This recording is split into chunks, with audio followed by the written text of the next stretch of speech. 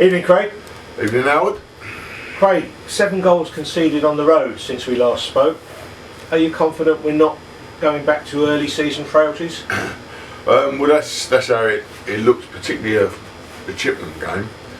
I put the Farnborough down to just a one-off disaster performance. But Chippenham, I thought we played really well, but give away 3 awful goals and then a ridiculous penalty. So perhaps not. But having said that, that did affect our thinking going into the Hungerford game. So put the diabolical penalty decision to one side, was scoring 4 away at Chippenham a positive for you? Yeah, it really was, and it wasn't just the facts that we scored 4. I thought we looked dangerous every time we went forward, which we haven't been doing, and we thought it was a really positive performance, and like I say, I thought we looked like we'd score every time we went forward. And going back to the defensive side of things, we give 3 horrible goals away in the first half that allowed them to get back in it. But against the elements in the second half, where we had a little tweak with things, I didn't think they looked like scoring at all. And they had a goal force win in their favour. Preston ain't had a save to make, and I thought we was fantastic setting up. And although you're leading 4-3, and anything can happen, as we see there and we see against Hungerford, I felt relatively comfortable because we were defending so well. And it was only, like I say, a scandalous decision yet again that's cost us. And it's that, going on from that penalty decision, I would ask anyone to go on YouTube, look against us against Farnborough. Now, we had 2 disgraceful penalties given against us in that game. Now you can look at them. That didn't cost us a game because Farnborough were far better than us on the day and deserved it. But we had 2 outrageous penalties given against us then, and then we go down to there and got the bid. But if we those 2 points turn out to be really important at the end of the season, everyone looks back. Oh, we could have won this game. We should have won that game. Oh, we deserved this. We won that game. We're in the 4th minute of injury time, and we won it. And this referee has given a penalty when he said he thought the defender's arm went across him. In the 94th minute, and it was a killer. And the impact that is, obviously, it took 2 points off us. But going on, which we'll talk about, I'm sure, in a minute. But going on to the Hungerford game, whereas we would have been going on into that in a great win, buzzing, we were a little bit lacklustre, and I don't know if it was a knock-on effect from that or legs or what, but we were nowhere near the same outfit. Yeah, that Hungerford game was a must-win for both sides, which kind of presented us with a bit of a scrappy match, not helped by their kick and run tactics. But you made a number of changes. Were these tactical or enforced by injury? They were a bit of both, really, Howard. Like I say, I think it was a lacklustre performance against Hungerford. They come and done a job on us, and ironically, I thought we controlled the game far better than when we beat them at their place. And once again, didn't see us conceding. I mean, we hit the inside of the post, they hit the inside of the post, but both of them were really, if you like, out of the blue. And it had 0-0 written all over it. But I thought we defended well. But going on to your question about the changes, Zach was injured. I spoke to Orient about Zach, who I thought was outstanding against Chippenham. But we had to make the 3 changes Chippenham, and then with 15 minutes to go, it was obvious he was running on empty. And I wish I could have been able to take him off and replace him. And I said to Orient, and I said, look, he really needs recovery. But Tuesday, he looks a shadow of what he did it Saturday, and I think it was a culmination of that he was shattered from the Saturday, playing a hard 90 because he works his socks off, but also since then he has gone downhill, and he's not into 90s hill.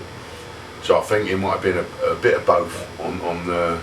So that was that decision. Zach, like I say, done a calf and he was out. We changed Josh Popula for Zach. We also brought in Lewis for Fraser. Now the reason being with that is that we felt against Chippenham it was too easy to get into our back four, and we felt a more solid, particularly when we knew how to play Hungerford, a more solid CDM, if you like. Plus the fact it meant, because we brought Josh back into the squad, we're only allowed to play a limited amount of loanees. Now that took us over the limit. So it was tough on Fraser, because Fraser's been outstanding for us, and he would have been a good option to have on the bench, but we couldn't do it with the 5 we had, you know. So it's one of them. It was very, very difficult. We've got 6 loanees. We can only play 5 at any given time. Yeah. Like in a squad. So that was that. Madge was looking very tired. Also, you know, and that's I don't think that was just necessarily Saturday. He wasn't bad Saturday, but he last 2-3 games we felt that he looks like he needs a rest. Now obviously he's suspended Saturday anyway, but I felt he needed the rest. He'll be back because he's suspended Saturday and the following Saturday, but he can play in the semi-final, so he'll play in that. So it's sometimes it's weighing up the giving people rests when they get inside, because what you got to bear in mind is the average age of the side is 21, and the young boys. And Saturday Tuesday is at times too much for him. Yeah. And Madge he's been in everything, and he's been outstanding for us. But I just felt the last 2-3 games, it had a little dip from his standard. Now, whether he was good enough anyway to play was another question. But to get the best out of Madge, I think he needed a break. And I'm sure, under the name the boy as he is and how good I'm sure he'll be chomping at a bit for Tuesday. We'll look forward to seeing him in the semi-final. Yes. Eastbourne Borough before then at the weekend. We matched them at theirs, but got beaten by some more awful decisions. Oh my God! It seems like we're belly aching about it all the time. But at Eastbourne, we had 2 stonewall penalties turned down. The second one of which was probably the worst decision I've seen in 20 years.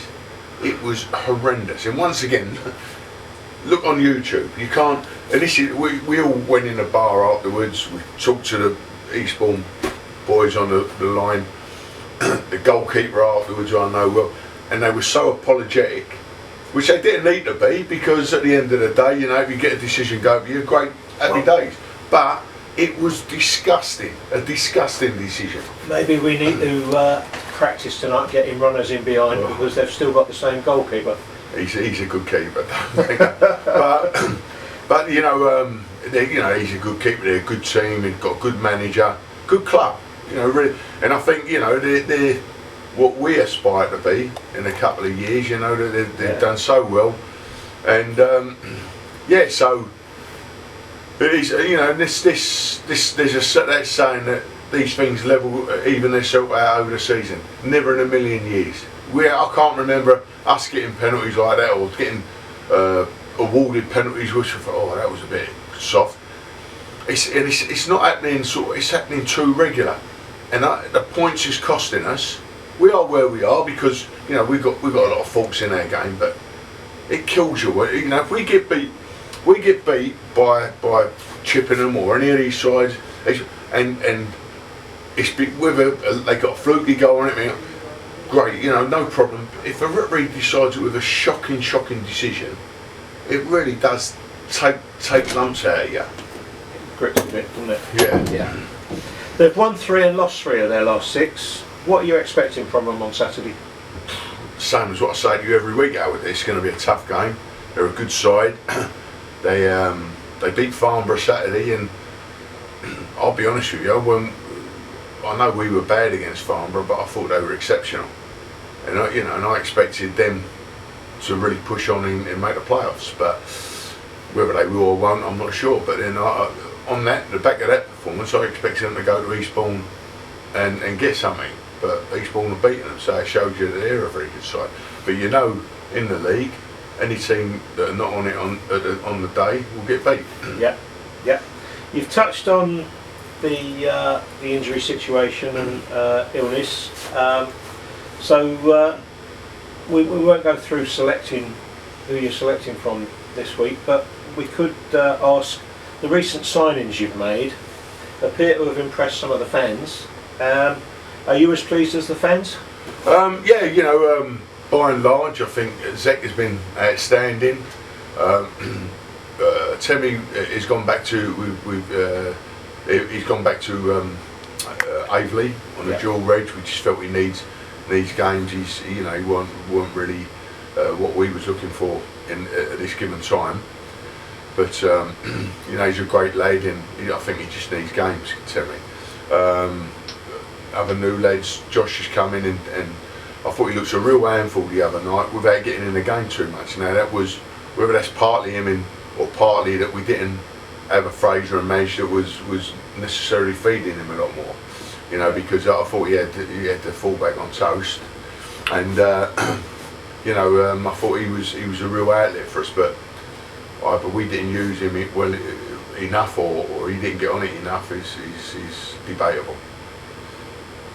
And have I missed anyone? New boys?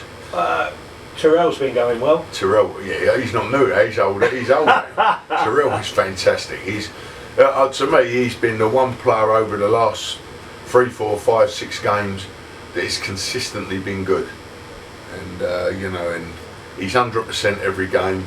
I thought Saturday, particularly his first goal, the run he made was unbelievable. You know, and yeah, I've got a lot of time for him, and I'm really pleased to have him on board.